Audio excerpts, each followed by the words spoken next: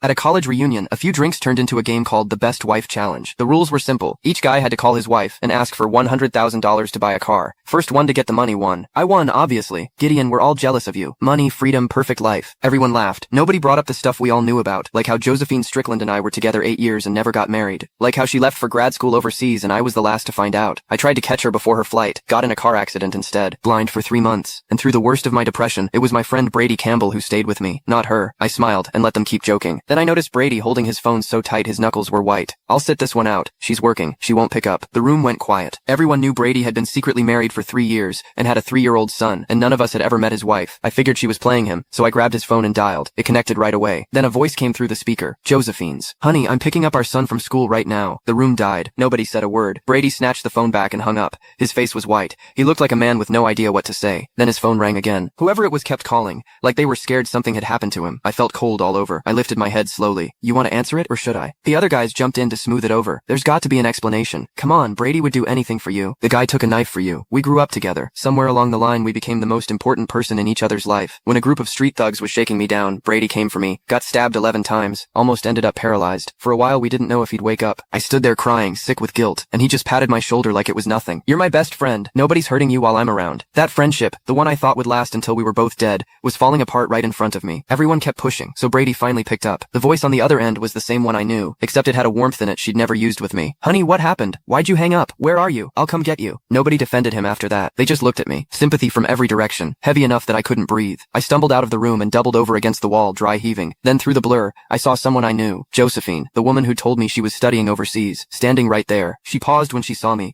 but her face barely changed, like I was a stranger. Brady came out after me. He started to say something, then froze when he saw her. When did you get here? She draped a jacket over his shoulders. It was so easy, so automatic. The kind of thing you only do with someone you've loved for years. I was worried, so I tracked your phone. I laughed. There was nothing in it but contempt. When I crashed my car years ago, my phone sent her my location too. It told her I was in trouble. She never came. She just vanished and left me with a promise. When I'm back from studying abroad, I'll marry you. 3 years of depression. She never showed up once. She just sent money, right on schedule, like that filled the hole she left. Now I got it. The reason she wasn't with me those 3 years was that she was with him. She disappeared from my life. Somehow she was in it the whole time. Every year on their anniversary, Brady would drop his son Owen off with me for the day. Owen was little and terrible at keeping secrets. He talked about his mom and dad nonstop. Mom's so good to dad. When he says he misses her, she flies back overnight just to see him. When dad got sick, mom took care of him the whole time. She cried when she thought nobody could see. Mom doesn't want dad getting up early, so she takes me to school herself. Sometimes I'd look at that kid's face and think I saw something of Josephine in it. My throat would close up, and I'd smile and say, your dad's lucky. I'm jealous he's always had someone. Now that sounds like a joke. The friend who sat by my hospital bed all day while I fought my way through depression went home at night and slept next to the woman I loved. Brady pushed